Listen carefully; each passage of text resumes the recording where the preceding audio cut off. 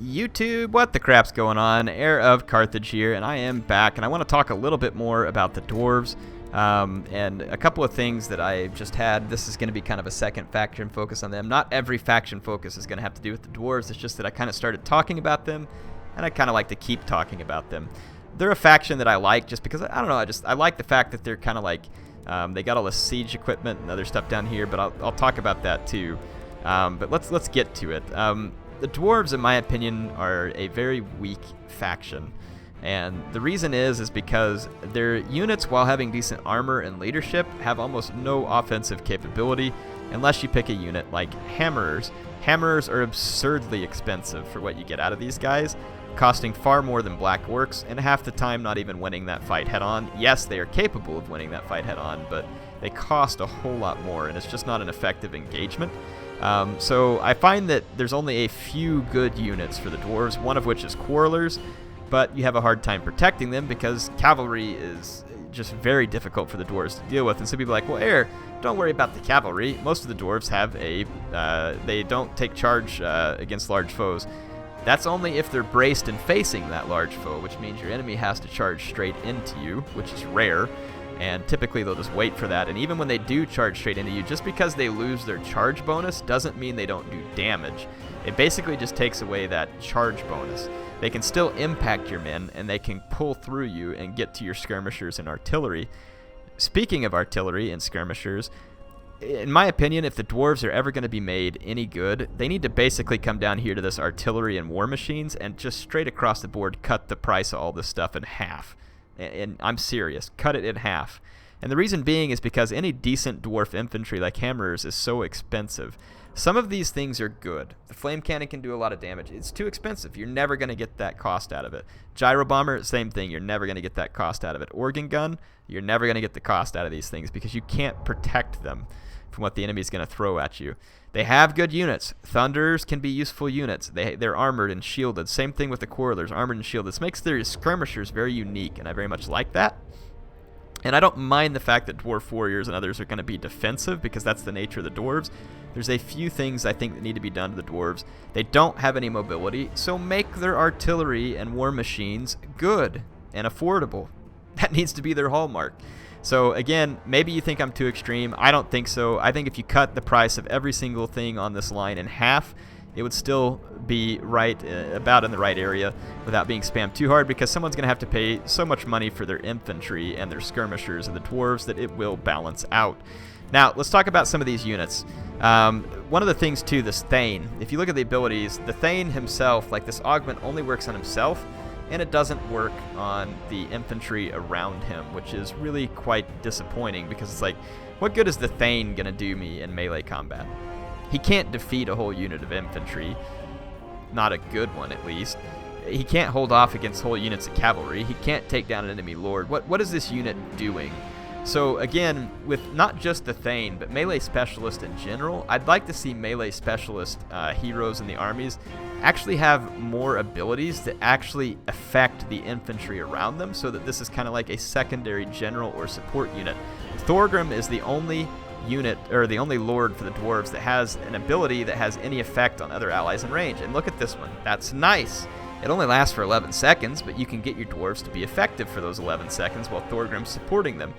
The downside is that Thorgrim is crazy expensive.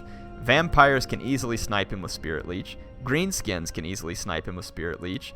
And the Empire doesn't really have to worry about him because they've got units that can deal with him, like Demigryphs with halberds and all that stuff. So it really puts the Dwarves at a big disadvantage.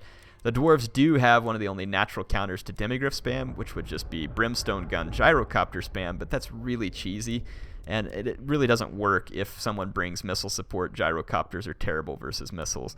And they can also be run off by Griffins and other kinds of units like that, Pegasus Knights, stuff like that's very dangerous to gyrocopters. So I just think the Dwarves have too many weaknesses. They need some help. I don't think that in their current state they're viable in multiplayer. Yes, they're going to be a ton of fun in campaign, and you can make them viable in campaign because you don't have to worry about armies being cost effective. But to me, I see the Dwarves being extraordinarily weak in their current state. I want to show you this with the Thane just to kind of prove a point real quick. I can't take Von Karstein. I'll just put Kimlin there because I don't think he has Spirit Leech. Could be wrong. But let's just throw a couple of skeletons in here, just to kind of give you an idea. We're going to go ahead and run this battle, and I just want to show you that, you know, how the Thane... Someone told me, oh yeah, the Thane's abilities do help in combat. They do help other units around him, and they do not, and that's a big issue. In my mind, it's a big issue. And I just want to prove that and show that it's really quite annoying. Even the standard Dwarf Lord here, notice that these things only affect him. This one does affect allies in range, so I said Thorgrim was the only one. Never mind. This is the same ability as Thorgrim. So that's good. That makes the standard Dwarf Lord have one useful ability. But look at the recharge on that. 60-second recharge for an 11-second ability that's going to add attack to units that have hardly any to begin with. So a 60-second cooldown on this, but Spirit Leech is like 10 seconds on the cooldown, or 20 at tops. You can use Spirit Leech 3 times in the time that's going to take this to cool down.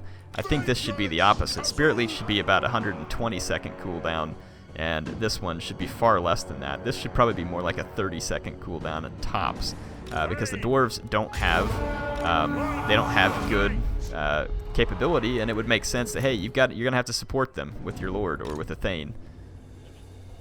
And honestly, I think Thanes should pick up that ability right there as well. If you're not going to increase the cooldown time, then Thanes should pick up this ability so that they can support melee infantry. Go ahead and pull this lord up here, and let's just kind of show you. I'm gonna get into combat with these dwarf warriors. We just got whacked by a little vortex there, and I'm gonna prove to you that the Thane's abilities don't impact other units within his realm of influence. So here we go. We're going to use the augment, and I'm going to pull this up so you can see he has been augmented. These dwarfs have not. So the Thane's abilities have no impact on the dwarves within his area of effect. So the Thane by nature just becomes kind of a worthless unit. You can't throw this guy up against expert infantry. He'll get absolutely cut to pieces. Yeah, he can sit here and fight against these skeletons, but I mean, when are you going to bring a unit just like this to counter skeletons? You don't have to bring anything to counter skeletons. It's kind of pointless. Whereas if you look at what this guy can do with his stand your ground, again, I kind of think the Thane should have access to stand your ground. The dwarves are going to need more stuff like this. Yeah, it shouldn't stack with the stand your ground from the Lord, but like I said, I think the dwarves just need more support units like this, because I mean, look, even just against cheap skeletons, like how quick my guys kind of start to get cut apart. They're already down to half health. There we go. So I mean, if you look at the stats, finally the dwarfs actually get a little bit of melee attack, and you'll actually see the dwarfs start getting some kills. They only had 20 kills to begin with. Let's watch this 11 seconds and see how many kills they get in that 11 seconds. They're actually frightened by an enemy unit, which is screwing up their stats. Or no, that one's already over. Yeah, see, so that one's already over, and then look, the cooldown time is actually 90 seconds.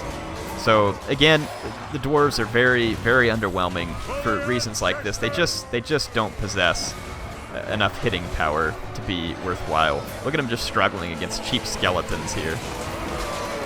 Very cheap skeletons.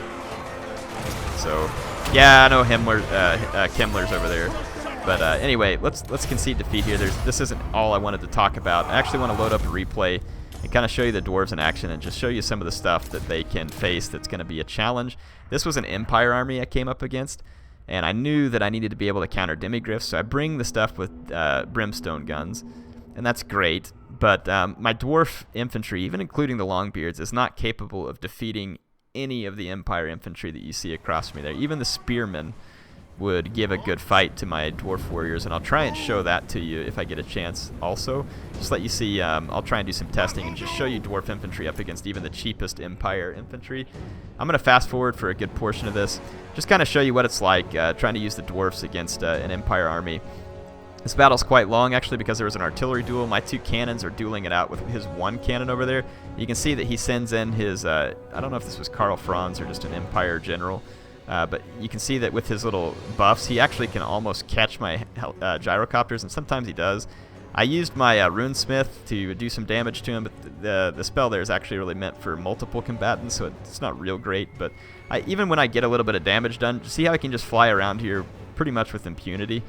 I mean, there's not much I can do. Like, I don't have any quarrelers here, which honestly probably was a mistake. But at the same time, like, I couldn't afford any, because in order to get cannons, and this is relatively cheap infantry with the dwarves, I couldn't afford any and still have a runesmith and other stuff that you need. The runesmith actually provides some decent buffs to your dwarfs during combat, but he's also very expensive at 1150 or something. So you can see that, again, the enemy lord here can just kind of chase me around.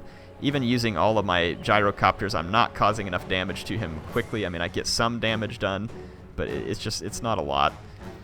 So I killed their cannons. I forced the Empire to come forward, but then I can't really face him coming forward either, because, again, I had to spend so much money on my cannons, my runesmith, that I don't have any quarrelers, and I can't do anything about his handgunners. So now I'm going to get shot to death because I can't do anything about his handgunners other than land my gyrocopters in the middle of them, which is infeasible. And all of his handgunners just need to get a volley or two, and they can take down my gyrocopter. So you can see he just has to split his attention back and forth. And I can try and rush forward, and I do rush forward. And let's just take a look here. Again, these are longbeards on the flank and dwarf warriors in the center. Just take a look at the combat. Dwarf warriors cost 425. Spearmen are only 300 for the Empire, so they're quite cheap. I can't counter those handgunners effectively right now.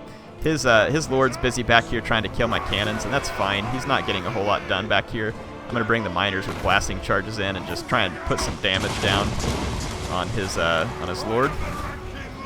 Which is, again, it's all I'm really trying to do right now. See, he can just kind of hold his handgunners back. I'm going to try and chase him, but let's just take a look at an engagement here. Like, just standard Empire swordsmen versus dwarf warriors. My guys cost more than the standard Empire swordsmen. And 9 kills. They only have 1. My guys probably have more armor than the swordsmen can deal with, but let's take a look at, like, a spearman unit here. Only 1 kill, but, I mean, my guys were pretty beat up before this fight because of all their skirmishers and other stuff. And, I mean, just this unit of spears is going to be a completely insurmountable task. So, I mean, you would think, axes against spears. From what I know about past Total Wars, they'll do very well. They will not. They'll do quite poorly. Very poorly, in fact. And even these longbeards over here are going to do very poorly indeed. So, I mean, like, look, well, that's a great sword, so that's a whole other story. Not going to complain about that. But, like, these longbeards just do not have the offensive capability to even cut through these spears. So, longbeards are just going to sit here and fight all day long with the spears and halberds, and they're going to do terrible. But, again, I understand the dwarves are defensive by nature, but there's very little that the dwarves can do against some of these factions that just have more tools. This Empire army wasn't even particularly well built, and it can still wreck all over me. I can't do anything about the demigriffs, not effectively. I can't defend my hero, or my lord, because the demigriffs and the griffin can catch him. There's no way to keep him safe from that. You can't defend your backlines because cavalry can charge through it. Unless you're in a very compact formation, which then makes you vulnerable to magic and other stuff like that. So again, I don't see that the dwarves have a feasible answer for a lot of the stuff that is going on. What is this spell that's on my guys over here? I can't take a look at it, unfortunately. But yeah. Anyway, I mean, I'm able to do some damage to him. Even when I park my brimstone gun gyrocopters behind his guys, it's not enough to rout them. I can't rout them quickly enough. And if I come down into melee, my guys will get stuck and killed. So, again, dwarf warriors, or the dwarves in this case, just completely outmatched by the Empire. Even though I won the artillery duel, even though I forced the Empire to come over to me, you're completely outmatched. And if I hadn't brought the cannons, maybe say I brought something artillery-wise that can do more damage, you get killed too. And there's units like Iron Drakes and Iron Drakes with Trollhammer torpedoes and all that stuff that they cost so much that one mistake where these cavalry get them or the Demigriff Knights get them, then you've wasted over 1,000 gold in the battle. Bombs from gyrocopters just aren't very effective. They don't really do that much damage. So, I mean, again, yes, I didn't play perfect here, but this is just a good demonstration that it's very easy to overcome the dwarves. I have another battle that I'll show you tomorrow, and we'll talk a little bit more about it there too, and just kind of, I want to kind of continue down this way. I want to see some changes made to the dwarves to make them more viable. I feel like they are too weak as a faction, and there's too many holes in their capabilities. Hope you all enjoyed this. Tell me what you think in the comments. If you think I'm completely wrong, tell me. I'd like to hear what you know about the dwarves that I do not. Tell me about builds if you think I'm wrong. Tell me about unit capabilities and other stuff. If I'm missing something, I'm happy to listen, and I will take a look at it. But as for now, that's kind of where I'm feeling. And do bear in mind that you may leave those comments. I'm going to have recorded the next video telling you more about why I believe this, so I'm not going to get to see those comments before the next video has already been recorded. So if indeed you all point out some relevant stuff, be patient with the next video. I'll see your comments. Feel free to post it. Talk to you later. HeirofCarthage signing out.